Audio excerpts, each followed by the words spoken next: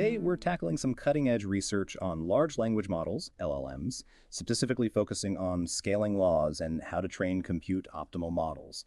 We'll be examining papers that explore how model size, dataset size, and compute interact to determine performance. What are the key takeaways from the first paper, Training Compute Optimal Large Language Models? The core finding is that current LLMs are significantly undertrained. The authors trained hundreds of models with varying sizes and datasets, revealing a compute optimal scaling relationship. Double the model size, double the training tokens. Their chinchilla model, trained with the same compute budget as Gopher, but with fewer parameters and more data, significantly outperformed Gopher and other massive models across various benchmarks.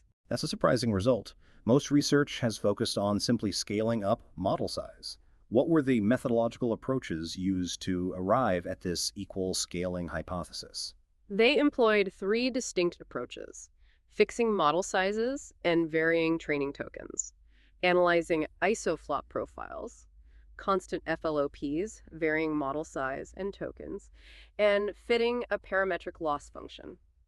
All three converged on the equal scaling conclusion, contrasting sharply with previous work suggesting a faster increase in model size than data. The chinchilla model's success seems to challenge the prevailing wisdom in the field. What are the practical implications of this finding for training future LLMs? It suggests a shift in focus towards data scaling. Collecting larger, higher quality datasets is crucial.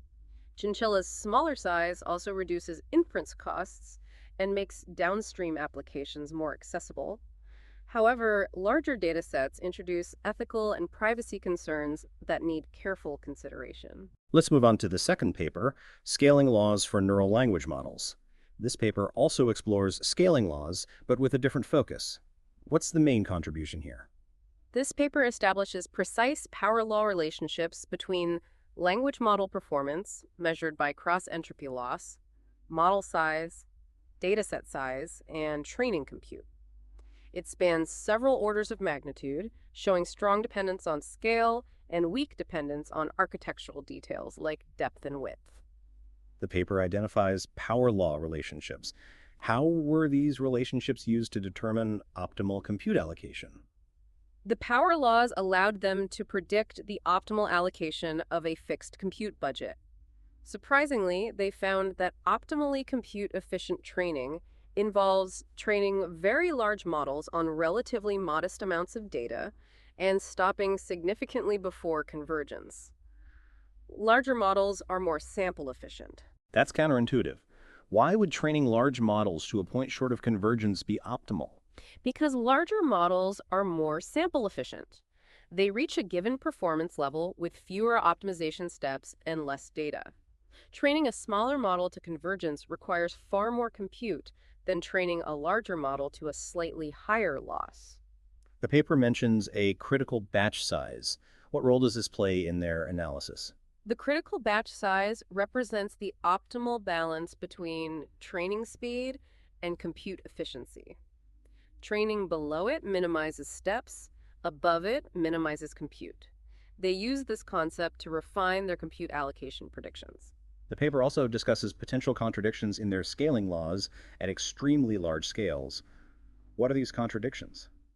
At extremely large scales, the predicted performance from their compute-efficient scaling law contradicts the performance limits imposed by dataset size.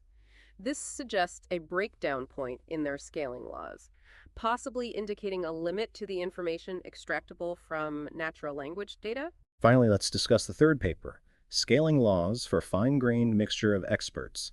How does this paper relate to the previous two? This paper focuses on mixture of experts, models, a technique to reduce the computational cost of LLMs. It introduces a new hyperparameter, granularity, which controls the size of experts within the MO. They derive scaling laws for fine-grained MO, incorporating granularity, model size, and training tokens. The concept of granularity is novel. How does it affect the scaling laws and the efficiency of MO models? Granularity allows for finer control over expert size. Increasing granularity generally improves performance, but at the cost of increased routing overhead.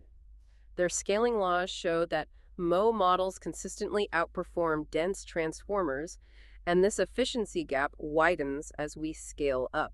This seems to contradict some previous findings suggesting that the efficiency advantage of Mo diminishes at very large scales. How do they address this? They argue that previous studies neglected the importance of varying training duration and optimizing granularity. By optimizing all hyperparameters for compute optimality, they show that Mo maintains its efficiency advantage even at very large scales. What are the key practical implications of this research on Mo models? The findings highlight the importance of optimizing granularity and training duration for Mo models. Their scaling laws provide a framework for predicting optimal training configurations for a given compute budget, leading to more efficient and effective LLMs. They also demonstrate that the common practice of setting expert size to match the feed-forward layer is suboptimal. All three papers highlight the importance of considering compute optimality when training LLMs. What are some of the broader implications of this research for the field? The research emphasizes the need for a more holistic approach to LLM training, moving beyond simply scaling up model size. It highlights the importance of data quality and quantity, and the need to carefully consider the trade-offs between model size, dataset size, and compute. Furthermore, it underscores the potential of architectural innovations like Mo to improve efficiency and scaling. The development of more sophisticated scaling laws and optimization techniques will be crucial for future progress in the field. Thank you for this insightful discussion. It's clear that the field LM training is rapidly evolving, and these papers offer valuable guidance for future research and development.